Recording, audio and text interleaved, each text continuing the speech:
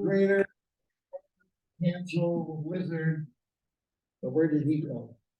Eric Martin, thank you for reading. Julio and Kathy Alameda, thank you all for keeping that going in the front desk and that. Okay, so do we have any week here? We'll go offline.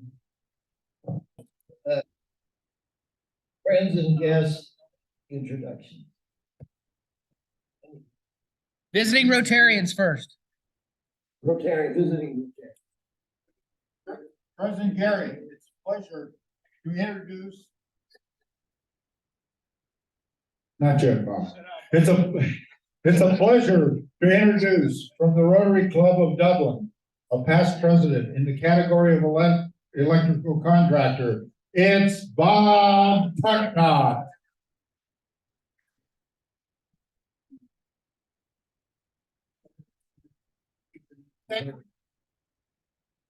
All right, we have our guest speaker who will introduce soon. And then Mark Hannes has a guest.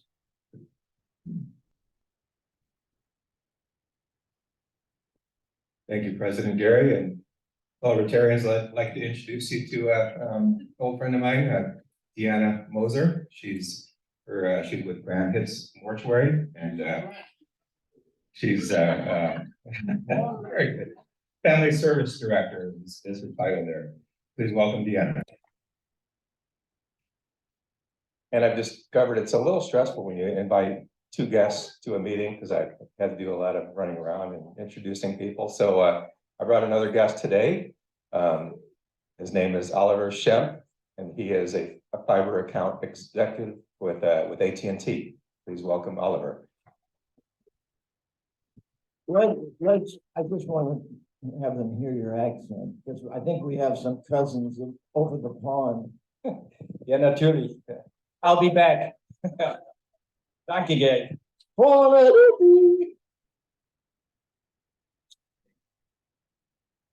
right. I have the most honored, distinguished, beautiful young lady with me today, my wife of 36, gonna be 37 this year, wife Phoebe.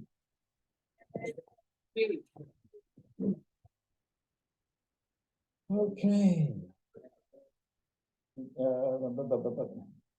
The announcement, everybody knows next week we're gonna be at Rubies and Roses on Main Street, the old Pleasant Inn Hotel. And Tom Fox is on the Rotoplast trip, helping people get a new lease on life with the Rotoplast. Everybody's familiar with the Power Project. And the Harringtons, did you want to give any update? Well, we could do that too.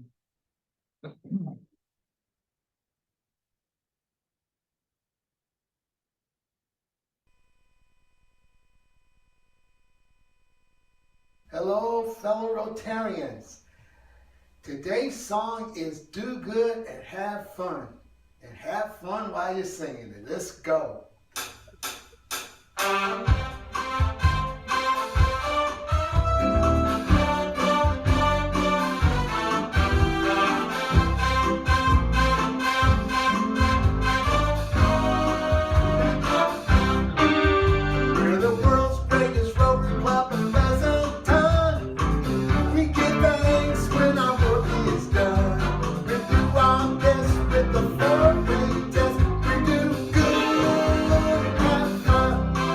We do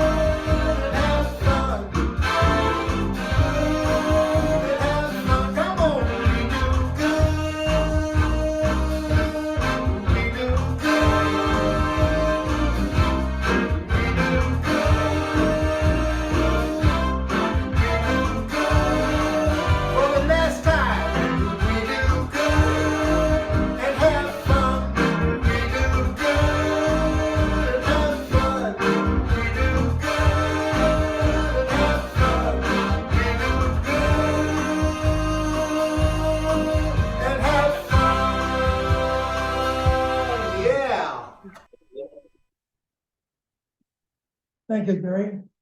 There's been confusion last week and this week, and I want to correct it. Tom's not here to speak since he was in international service. If you remember that before him, I was in international service, and we did some things that it's been some confusion that's led to the last 2 weeks. So before I get into the WASH projects, I would like to cover Paul Harris. And I'm trying to figure out what happened. Okay, here we go. I'm going to give you a little background on Paul Harris. This is all about the Paul Harris Fellow comments that were made. Paul Harris, he's a Rotary started with a vision of one man, and that was Paul Harris. The Chicago attorney formed the Rotary Club of Chicago on February 23, 2005. So professionals with diverse backgrounds could exchange ideas, form meaningful, long-time friendships, and give back to local communities. Paul Harris Fellows. The Paul Harris Fellow Program recognizes individuals who contribute or who have contributions made in their name of $1,000 to the Rotary Foundation of Rotary International. The honor was established in 1957 to show appreciation for contributions that support the annual fund, Polio Plus, or an approved foundation grant. Okay, this is where the confusion comes in. Get the quote here. It says here, we can get you set up to do this, possibly double your contribution for the new Paul Harris Plus. Possibly give $500 matched by recognition dollars equals one Paul Harris. If you give to the Rotary Club of Pleasanton for WASH, you are not contributing to Rotary International, WASH, or annual fund. You do not get any extra points. Now, the first two projects that we did on the WASH, Nancy and I gave matching points. Okay, and that is some confusion. Evidently it didn't go through, and I'll be straightening that out. I have a list of people that contributed, and I'll be straightening that out in the near future. But the confusion here really applies that if you give Paul Harris to the Paul Harris Fellowship $500, you will get recognition dollars. That is correct. It's the next statement. This equals one Paul Harris. That is wrong. You now have in your fund $500 that you have contributed, and it goes into one category toward your Paul Harris. The recognition points, you receive 500 recognition points, goes in another column. That cannot go to you. You, as soon as you get 1,000 points or more, you can donate and honor someone that you feel has the makings of a Paul Harris Fellow as contributing to the community. It cannot be combined what you've given plus that to equal Paul Harris. So I wanted to straighten that out, okay? Yeah. And we've had two people think that they have gone and given to the club, and we have never received it, but I noticed that it was received by Rotary Internationals. So be very, very careful if you're giving to, I appreciate you giving to Rotary International, but make sure if you want to give to the club, you give to the club. Okay, now Ricky's gonna put on the WASH program. And I want to thank Ricky for that. Gary? Yes? Can I just tell you what I think I heard you say? So I think you said, if I give 500, then I get 500 points. The the 500 points, I'm gonna use at some point when I get it up over 1,000 to award somebody else a Paul Harris Fellow. But mine is gonna be based on my money. Yes. You will get credit for the 500. You have $500 toward your next Paul Harris Fellow. Okay, you also have 500 points. Paul Harris, I recognize somebody else as Paul Harris. That's correct. Okay, thanks for bringing that up, Eric. Okay, this first slide, these are the 3 projects that we have existing right now, and we have 3 more in the making right now. Projects 4 through 6, the total cost of those projects was $31,584.76. Our club has donated $21,224.51. Thank you. Okay, next slide. Need 3 hands on this. Okay, I apologize for the pictures on this one. It's we're getting near completion. But he has sent these 3 pictures and 2 videos. The videos are great, but I cannot figure out how to get individual pictures from them and put them on. Okay, this project is to renovate 10 toilets, 8 sinks, and wash training program. Okay.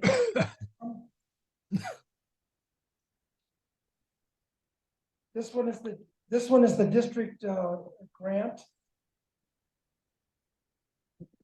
On the left-hand side, you will see the water pump and the water storage. They actually drilled a borehole, and they have storage tanks. Okay, the next 2 pictures is the water pump, and okay, then we have the toilet facility building. We have the septic tanks, and they have a soak away and septic tanks, and that's what they're building on the right-hand side there. And there's the picture of the building. And this is a district grant. It has 6-room toilet facilities with also with wash sinks, overhead tanks, water distribution, and wash training. Okay, our project 4, why these are project 4? This is our total since we started 2 years ago. We have 6 projects, I should say. This one is the Pad a Girl Child project. And it's pads for girls and hygiene training. Okay, the 2 left pictures, the first one is the teaching, the second one is the patterns, and the 3rd and 4th are actually sewing. Okay, last one. Thanks, Ricky. Bill did a fantastic job last week presenting project number 7 and asking for money. And he didn't know how much, and I have it figured out. It's on your tables also. We already have $7,000 for that as a club. We need $7,255 more dollars. That was the total at the beginning before last week. Last week, since then, we received $800, and we have 700 still pledged, and 6 Rotarians that have already pledged or already given. And I really appreciate that, and thank you. We have project 7, and we have what we call 8A and 8B, and Bill's is working on project 7 right now. John Everly, thank you. Everly is working on project 8A and 8B. And we're hoping to start that in the next couple of months and with the projects, and then we have a new year starting. So I want to give thanks, and thank you very much for your support. We carried over from one year to the next if we get too much money. So please give. Thank you. John? Yes, thank you very much. So I wanted to get up here and let everybody know that the Rotary Give Thanks is back on track. We're working to get that going. Up until 2 days ago, I was working to go with April 28th so that all the accountants could participate, but I understand that the tax dates might have changed or something at that point now. But I'm still working on it. I am the chair and the board and the person who's putting it all together. So if anybody else wants to help out, I'm more than willing to take that on with you, and you can come on up and let me know, or let me know after you. Of the group participate as possibly can. I think we'll have the donuts again, pick up in groups and go help out a bunch of seniors. It's really popular with the seniors at the center. They'll have an opportunity to sign up, and we'll figure out what kind of projects we're gonna have and divide up on that date and get her done. All right? What time are you You gotta sign up. You gotta sign up. Yes. Oh, then we will do April 29th then. Sorry. Don't forget the. Okay, is that a volunteer right there? Okay. Hey, thank you. All right, Dennis. Yo, come on up and give us a little inspiration.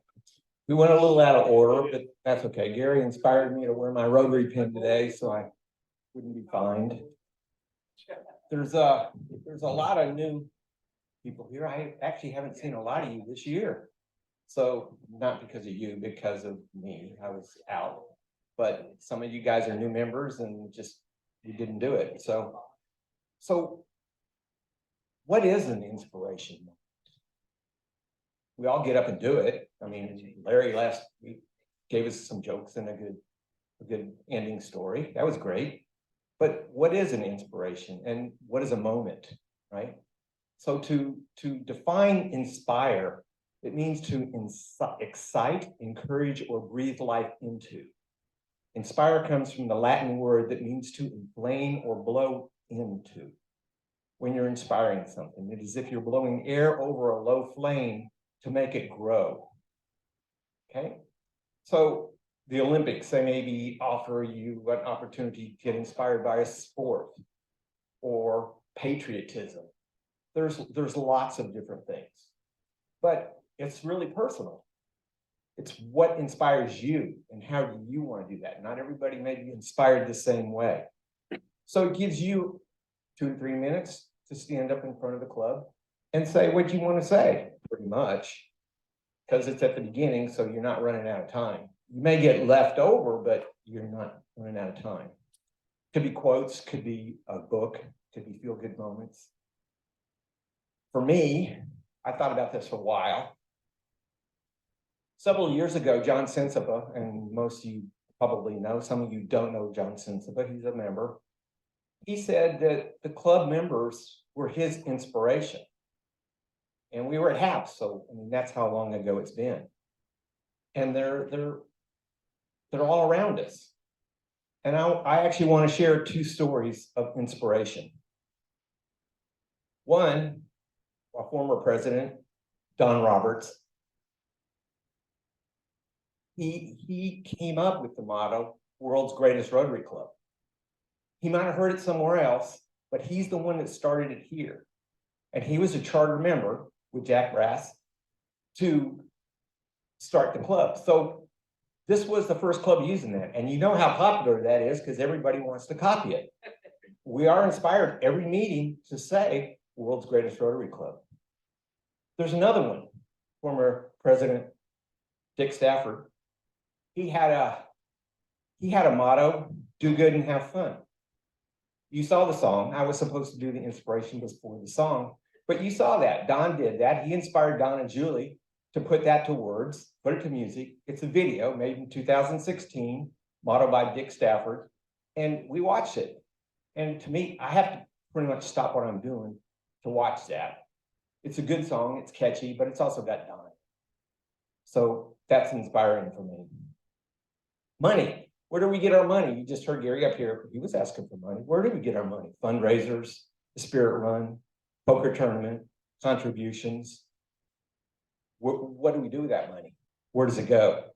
So we give it to schools, give it to scholarships, nonprofits, WASH, Rotoplast, that's another one, and wheelchairs. Bob Athenauer was inspired to start wheelchairs. He wasn't the only one. I didn't have the full history, and I still don't have the full history.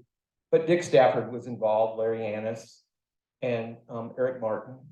And they got the wheelchair program started and going. And we're continuing that today. That's a good deal. Look at the Spirit Run. I think we're 29, going on 30 years.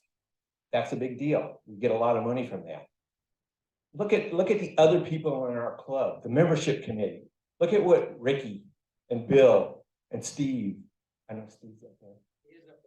And Deanne and Bob Shapiro. Look, they've added 13 new members. They exceeded expectations. That's a big deal. And we've got some really good members that are willing to come in and help and do things. The speakers, the committees that come in and get the speakers, the organizers, the people in the back. Kathy's back there, Julia's back there all the time. People do that. If you get an opportunity to volunteer, to take attendance, to take the money, do it. It's a lot of work and it can be hectic, but you know what? You get to see every one of you come in. You get to personally say whatever you want to say to them. Sorry. Last week, I sat next to Matt DePrius, right? And he had to write a couple checks, one for a basket. He bid on a basket. And okay, I'll stand back over here. Bid on a basket, and then he had to buy a lunch card. It's fine. So he took care of all that. Meanwhile, we had a new member come in, Seema. And she came in, she's Seema. I didn't know her. That was the first time I had seen her. I said, could you go get your badge and then we'll know how to spell your name? She goes, my badge isn't over there. And I said, okay. She goes, well, here, I have a credit card for lunch. And I said, well, only unfortunately we'll take cash or check or an IOU.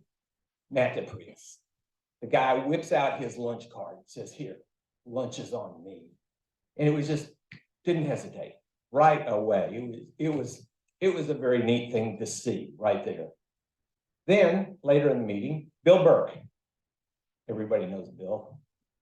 Walked away with $35 last week. He got up talking about WASH. And here's Bill Wheeler. Oh, Wheeler, he always is engaged, right? Well, how much money do you need? Right? I didn't know what was coming. And Bill said, well, I'm not sure exactly, maybe around $7,000. And Bill Wheeler says, $500. Without hesitation, and his name is Bradley, by the way. Bradley does the same thing, $500. Seema, her very first meeting, $100. I mean, you can't make that stuff up. I mean, it just happens. So seeing all of you here, all of you interact, all of you come together, all of you willing to work on things, it's amazing. So if we look at the four-way test, right? Those are the things that we do. That's what we do. And remember that we can all make a difference here. So at the world's greatest Rotary Club, do good and have fun. Thank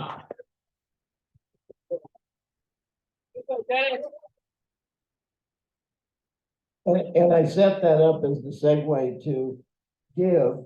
So Laura, our waitress, and other help. So we need to pass the hat since this is the last day we're here. So please give.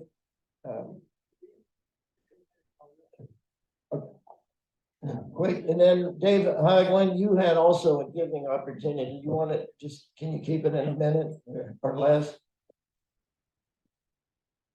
So I just wanted to make you aware, most of you have seen our We the People crews that compete in the competitive civics tournaments locally at the state level and nationally. For the past 6 years, both Amador and Foothill High Schools have won the state and gone to national. That trip costs between the two schools about $125,000 to send all 70 people for that almost a week worth of time back in Washington DC. These kids work really hard. They're out right now fundraising for that. Not gonna ask you for money. I'm gonna ask you to look for opportunities to support their fundraising out there. Of course, anybody wants to tell me they want to help donate, I'd be happy to help facilitate for you. But let's just support the kids. We do support our kids in this community really, really well. But they just both won 4 weeks ago, and they've got to come up with those dollars before they book their, or finish booking their travel in Easter. So anyways, that's it. Thank you. You might check on some of the alumni of We the People, if they know about it. I don't know, many of you people know Keith Yandell, who was a We the People guy with my kid, and he was yesterday morning. He was one of the people when they ring the bell at the New York Stock Exchange as one of the executives from DoorDash. So I think a lot of those are pretty successful people who might actually help out a little. Yeah, they're doing that. Thank you. Good suggestion. This looks like big donation day today, I think. There's an awful lot of people talking about donations. The wheelchair project also relies on donations to do their work. And a couple of people on our committee, Deanna and Grace, came up with a great idea, I think, that will not only get us a little more money, but will spread the word on the wheelchair project and what that's all about. So Gracie.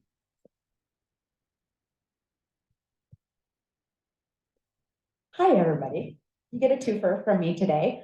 So one, the wheelchair. We will be having a special fund in need at our next Third Thirsty Thursday. Third Thirsty Thursday this month is at our new location, Ruby and Roses. So please invite all your friends to check out the newest restaurant in downtown Pleasanton and see what it's all about. We will also be collecting money for the Wheelchair Foundation. So please donate, spread the word. Anybody that wants to get involved with wheelchairs, we'd love to have them, and other friends of our great Rotary group. Thank you very much. All right. I think it's about time we ask, who's going to introduce our guest speaker, please, Bill?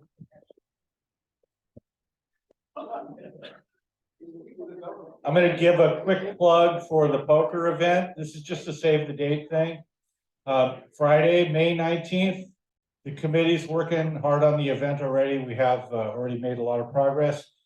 We're just asking you to keep the date open, plan on attending and sponsoring, or both, sponsoring and attending. There's our logo. Doesn't it look great? Today's speaker, first of all, before I introduce the speaker, I'm part of Leadership Pleasanton this year, and I'm getting a little bit of background about the city. A lot of you understand that program and everything. I'm just overwhelmed how much is going on behind the scenes that we have no idea what it takes to run a city like this. And we have the privilege today to have our new city manager, Jerry Bowden, here, and he's going to come up here and talk for the next half an hour or so, or 25 minutes. And I'm very excited to hear what he has to say. Being part of this program and seeing behind the scenes is just very, very interesting. And our city is run so well. This is a fabulous place to live and raise a family. So here you go, Jerry. Thanks so much, Greg. Yep, I usually need to move around a little, but I will do my best to stay right over here. Okay.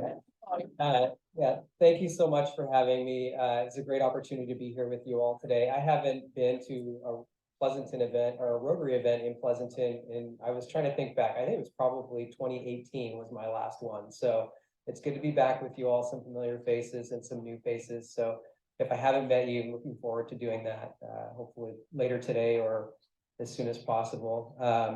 Do I have a clicker? Thank you. No, not that one. It's the. Got it, okay. Thank you very much. Let me get one for you. Yeah. I'm gonna run through some slides today, mostly because it's kind of an easier way to focus because you know, as Bill was saying, there's just so much going on across the organization and in the community. So what I'm going to try and do today is focus on a few accomplishments that we've had in the last little bit, and then some projects. And then I want to talk about our strategic planning effort. It's kind of a foundation piece that we're shifting away from more of a project-based approach. There'll still be projects that come out of the strategic plan, but the real goal with the effort is to move away from a list of 80 or so projects and kind of setting everyone's expectations that a lot of things are going to happen and then leaving half the list unfinished at the end of 2 years. And so hopefully that is of interest to you all, because some of you may even have your name next to some priorities on that list. So it'll be good to know what we can really accomplish with the resources we have available. I'll move in. Maybe just before I do that, I'll just tell you a little bit about myself. I was with the city of Pleasanton from 2015 to 2019 as the community development director. Got to know Bill Wheeler really well through our Johnson Drive. Still exercise during those years. Also had took a lot of joy and pride in projects like Sunflower Hill at Irby Ranch and our Workday campus up near the Stone Ridge Mall Park area. So really enjoyed working with the community during those years. There just wasn't any room for me to move over to the city manager's office in Pleasanton. So I went over to Alameda for a few years, and then when Nelson Fialo decided to retire, I saw the opportunity and was able to come back. And I'm thrilled to be back. It's been a bit of a homecoming for me. And as was mentioned, a lot of great things happening in Pleasanton, and definitely feels like a comfortable place for me to work. The team, the community, everyone's been really supportive. So I'll kind of roll through some accomplishments that we've had of late. Most of you probably heard or now have seen or been able to drive by our brand new Fire Station 3. This is a $9 million project. It took several years to complete. The planning started when I was community development director, and then the project was finalized just as I was coming back. So last November, we had a ribbon cutting over there. Our firefighters are operating out of this location. It's state of the art. Most of you don't know, or probably have no reason to know, that a lot of our fire stations are kind of nearing the end of their useful life. There's some things like accessibility requirements. There's also gender neutral restrooms, things like that just we need to modernize to continue to attract a really diverse workforce. And those are the things that we're doing right now. We're planning for Fire Station 2, which is up next, which is in the Stone Ridge Mall area. And we'll continue to help our firefighters have the kind of facilities they need to provide the services that you all expect and we all expect. Along the same lines, kind of shifting gears, public safety wise, our police department were asked to create an alternative response to mental health. The calls come in daily. And there are homeless people in our community. They're not as visible as in other communities, but they are here. And oftentimes homelessness and mental health issues go hand in hand.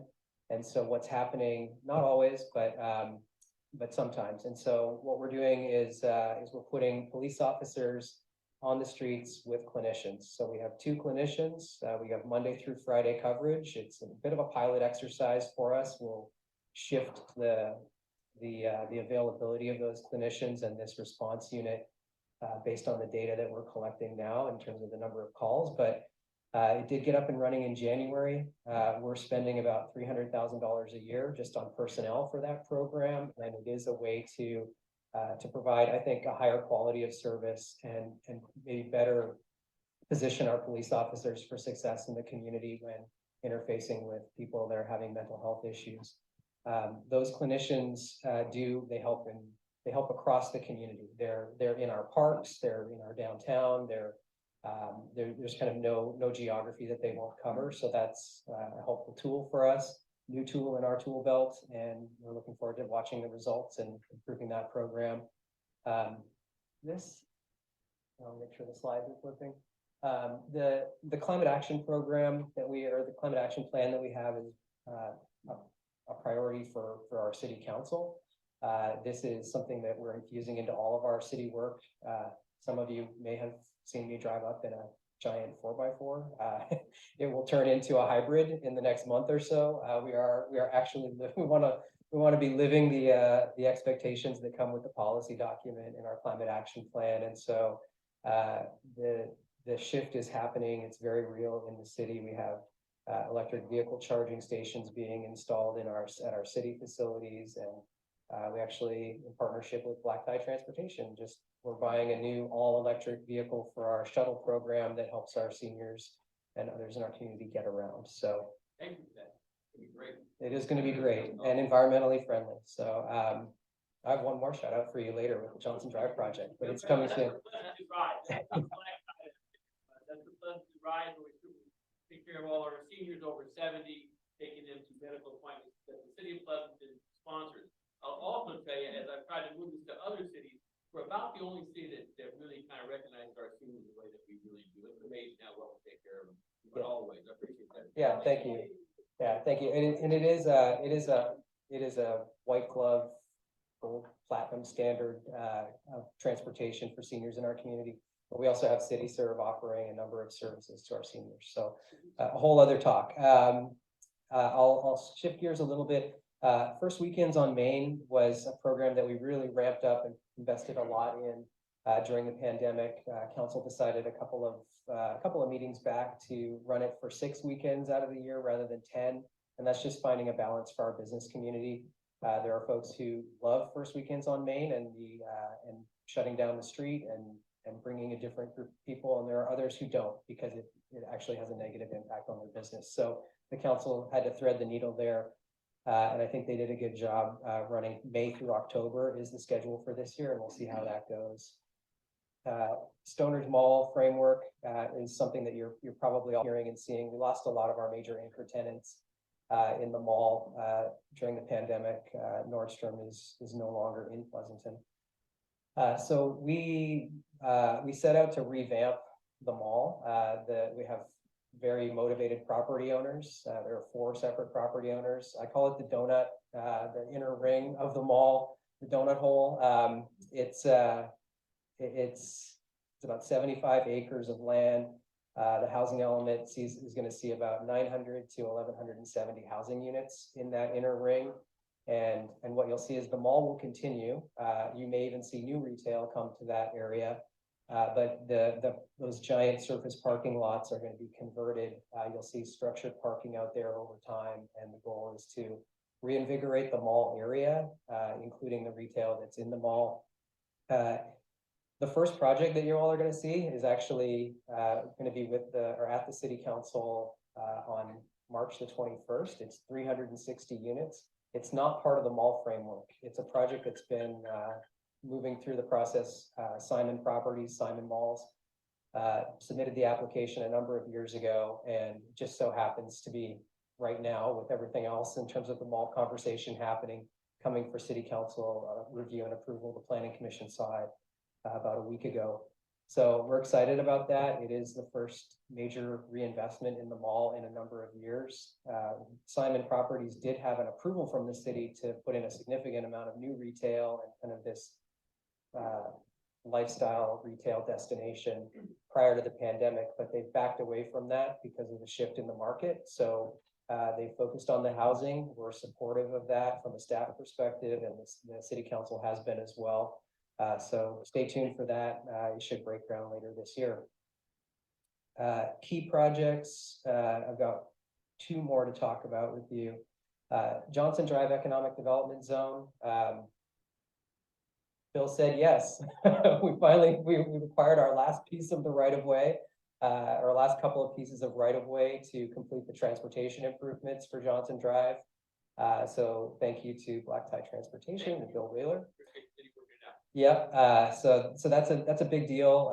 We are on track to complete construction later this year. I always hesitate to give dates and times. The weather's a big factor for this construction project, but Costco should be open around Thanksgiving of this year if everything stays on track. Yeah, so it's been a long time coming, and we're excited to have that happen. So the hotels, you've seen them. They're up out of the ground and being finished. So the goal here is to have everything up and running end of the year. Fingers crossed. We're also working on a water supply alternatives study. And you all this affects all of you, affects all of us. The work that we do, the water that we drink matters a lot. We have PFAS in our groundwater in the area. I'm not even going to attempt it. It's, anyway, look, Google it. But PFAS is a forever chemical. It it ended up in groundwater. 3M and other companies that were producing chemicals that Teflon, water resistant materials, the Gore-Texes of the world. Those chemical manufacturing plants created a forever chemical that is now in our water system. It's everywhere, but it's particularly concentrated in certain areas. The manufacturing on the East Coast, parts of Michigan, they see quantities of PFAS in their water that are off the charts compared to what we see. We're in parts per million in Pleasanton, but the acceptable levels of PFAS in water, as more studies happen, keep coming down. And so we turned off all of our groundwater wells in Pleasanton. The last one went off a few months back. And so we're now working with Zone 7 to provide the water demand that we have in our area. But stay tuned. We're working with a consulting group called Brown and Caldwell. They're water experts, and they're looking at water supply alternatives for us to be able to either treat our own groundwater and remove the PFAS, or to partner with other entities or potentially bring water from other places. So those alternatives, the city council is really engaged in this conversation. It's a top priority for them, knowing how important water quality is to all of us. And so we should have a study completed this summer, and from there we'll need to move forward. We did have a PFAS treatment option that we had looked at. It's a $50 million project. And so as water ratepayers, the alternative that the city council selects will have an impact on all of us. It's important to recognize the challenge, though. No one's raising rates because they want to. It's a requirement. It's a need for us to have clean, healthy drinking water. So more to come on that, but stay tuned. It's probably I'm ending with it as kind of the last individual dedicated slide, but it's probably the most important thing that we're working on right now from a vitality, quality of life perspective for our community. And then I'll just briefly touch on kind of a short list, which could be probably 5 or 6 more slides, but you'll see the city with a new website launch this summer, if not sooner. You can't find anything on our current website. The search feature doesn't work. It's a little antiquated. So we're revamping that in an effort to get people the information they want more efficiently and effectively. It's a big deal for us inside the organization, because when people can't find something, they have to call, and then we have to take time to find it and get it to them. And we hope that this is going to really take some of that slack out of the chain in terms of getting information to people who are looking for it, including police data and council agendas, and when did the council discuss that topic. You'll be able to search things actually on our website, which will be a great thing. Agenda management doesn't affect any of you, but affects the work that we do pretty significantly. We used to walk staff reports, and we still do to a certain extent, walk staff reports between buildings, handwritten edits. That'll all go out the window. We'll be modernizing, bringing ourselves into the 2020s and maybe even the 2000s with some agenda management software. So we're excited about that on the city side, really just to make the work more efficient. Housing element, you all know or have heard that we had the state assigned us 5,965 units. I usually just round up to 6,000. It's a big deal. It's to find properties that are able to accommodate that number of units in our community was no small feat. Our community development staff did an excellent job, and the council managed to work through that. We have partnerships with people in the room, our school district and others who are excited to be part of that process, and we're looking forward to seeing those housing units come to life. The legislative framework, it's not really common knowledge unless you're following it closely, but this year the state of California legislators put 2,600 pieces of legislation on the table. The question that's All often to protect us. yes, you should be feeling safer already. I think there's something like 500 of them that are just placeholder spot bills that are out there. But for us as a city, we do try and track a handful of those. In some years, we've done as many as 100 to try to represent the Tri-Valley. We partner with Dublin, San Ramon, Danville, Livermore, Pleasanton, we do four cities and a town.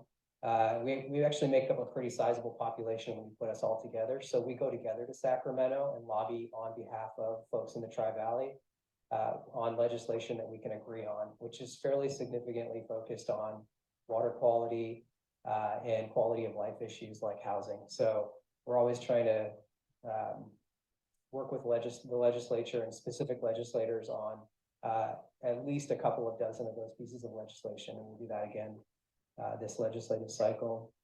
Our 2-year budget should matter a lot to you all. It's the work that we're going to do. We're starting that work now. It's been started since December, but we're going to start to make it public in March and April. So stay tuned for more information on how we're going to be spending the public's money, or recommending that we spend the public's money in the next 2 years. And then labor negotiations. You all know that we have a handful of labor groups in the city of Pleasanton.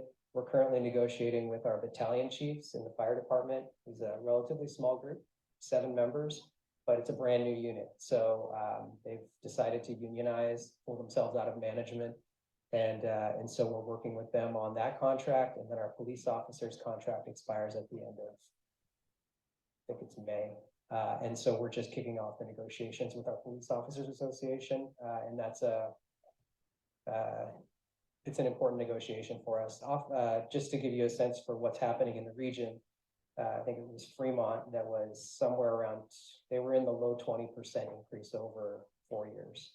So the increases that are coming in other jurisdictions for police are pretty significant, and our Police Officers Association is aware of that. So we expect it to be a fun conversation, and we'll kick that off soon.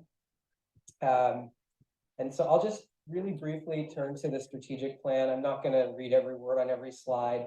The effort here is to really tie our long-term goals and efforts to available resources, and to do it in a way that gives us a little bit more visibility on what the things that we should be doing. And for the first time ever, we're going to go out and ask the community for their input, not just ask people to line up with projects. And so that's a different approach. It's not better, it's just different. It's not a look back and being critical. What we're trying to do is really link the things that we're trying to create where do we want to go, the vision piece of it, and then how are we going to get there, and really put a shorter list of projects underneath each of the goals that we have for our community. So hopefully we'll get down to 5 to 7 goals instead of the 13 topic areas that we have currently, and just be a little more focused with our available resources. So most of you know,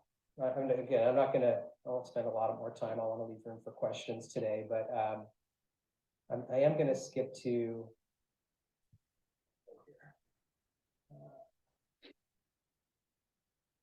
so some of you may have even participated in the current city council priority setting process. So I wanted to let you know, I don't know, I call it a gap year. We're going to kind of have a year where we don't do new priority setting. We're actually going to get out to the commissions and committees right now. We're going to fund those things that are left on the list and give a realistic recommendation for what we can accomplish in the coming year. And then we're going to shift over to the strategic plan from there.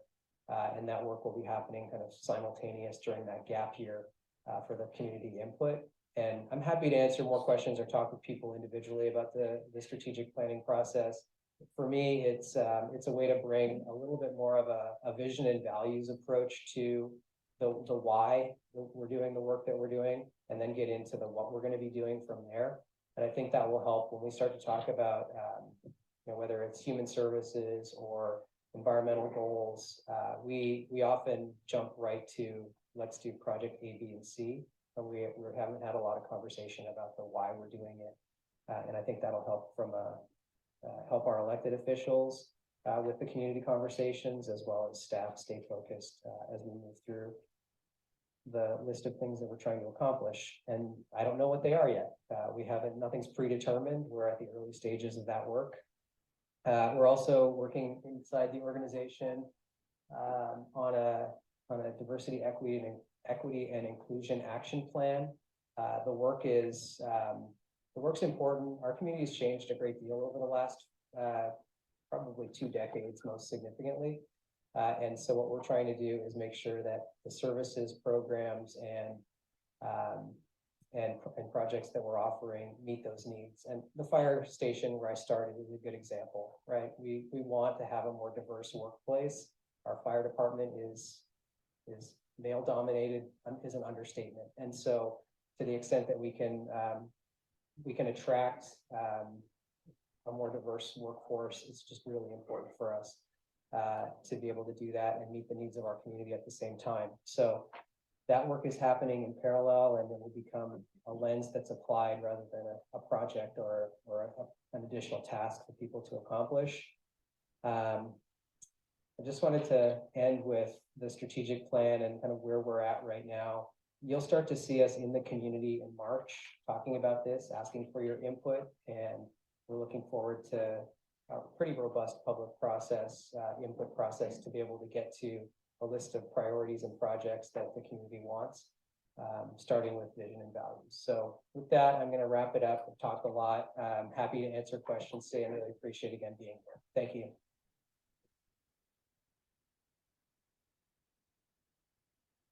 Yes. Been identified how many PFAS were created, was a manufacturing process, or was it just consumer use of the products that they had purchased? And has any legal action been thought about to go after the creators? Great question. There are class action lawsuits happening already. We know that the 3M and a few other companies that manufactured these Teflon materials and water resistant materials that were used in clothing manufacturing and things like that are the culprit. There's also firefighting foam. Jet fuel gets put out by very few things quickly, and one of these foams that was used early in the 80s, 90s, 2000s even, had a significant amount of PFAS in it. So it ended up getting rinsed into the water system. So the answer about the legislative or the legal part of it is that we are part of a class action lawsuit going after those manufacturers. We do have a plume. Zone 7 has some interesting maps on their website that show where the PFAS is and how it may travel over time based on different groundwater pumping efforts that are going to happen in our region. So we're trying to minimize the spread of the plume. At the same time, we know we need to get groundwater out of the ground. So I couldn't tell you exactly how the PFAS plume was created here. It centers around the city's operations services center and the airport are the two kind of areas, or is the area that the plume is kind of originating, but we don't know why. We don't exactly know what was put in there. Our records don't show any of our firefighting foam ever using PFAS. And so, yeah, it's an interesting set of circumstances for us for that area of the community. And all three of our wells happen to be impacted by it. One of Zone 7's wells, their Stonebridge, not Stonebridge Mall, but their Stonebridge well, they turned off. They're actually building a PFAS treatment facility right now for that well. There is a Zone 7 well affected. I thought it was only our city well. No, But you're saying it's Zone 7 now as well. correct. So where do you get clean water from? I mean, aren't PFAS prevalent everywhere? They are, but it's more they're not as prevalent everywhere as you might think at this point. Part of me wonders if that's just a matter of who's actually done the analysis, but all of our water entities, so Zone 7 gets water from the California Water Project, and there are a number of surface water programs that just don't see as much PFAS. And so they're either not showing PFAS in their analysis, or they're below the allowed threshold that currently exists. I expect over time, though, that PFAS will not be allowed in drinking water at all, just the way that the maximum contaminant level number keeps shifting down. With respect to those 6,000 units, housing units, is that high density, low income? What's the makeup? Yeah, a little bit of everything. So we have some detached single family housing that helps to make that number. And then we have some higher density housing in Hacienda, Pimlico area in the community, and at the Stonebridge Mall area is higher density as well. But it's a range. About half of the units have to have some level of affordability. So about 3,000 of those units are gonna be moderate. They're gonna be low income, moderate income, low or very low income. What does that mean? What does it mean? What does it? It's not cheap. It means that they have to be restricted in terms of who the buyer is. So it will only be, those units will have to be targeted to certain units and they'll be deed restricted at those income levels. And Alameda County has what they call an area median income. And it varies based on if you're single, 2 people, or family of 4. So the numbers change based on your family situation.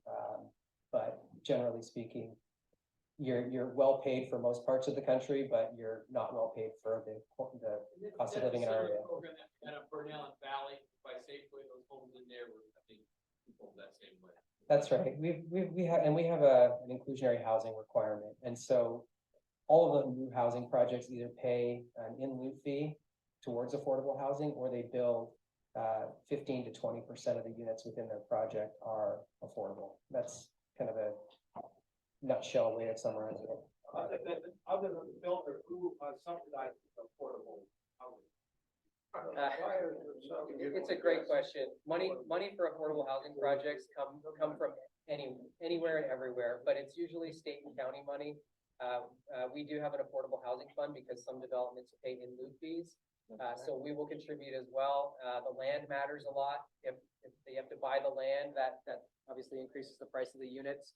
So sometimes a developer will provide the land to be able to kickstart the project. All right, you have a huge job, and you're doing a great job at it. Thank you. One very quick last question. You may not know this, but your predecessor Nelson Fiallo used to be a longtime member of the club, so it's kind of tradition that the city manager is a member of our club. What do you think about that? Great, but I know there are 2 Rotary clubs. Here's what I'm gonna do. I'm gonna consider doing both. All right, we have an opportunity drawing. Today It's $28.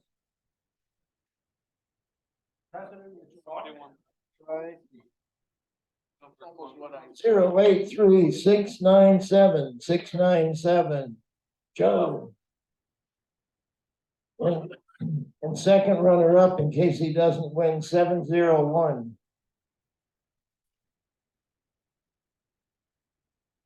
That'll be Bill Burton. All right, Bill Burton. All right, thank you all for coming and have a, Kathy Alameda has. Oh, yes, thank you. Sorry, guys, the most important reason we took a fund and we raised $408 for Lord. Come on up.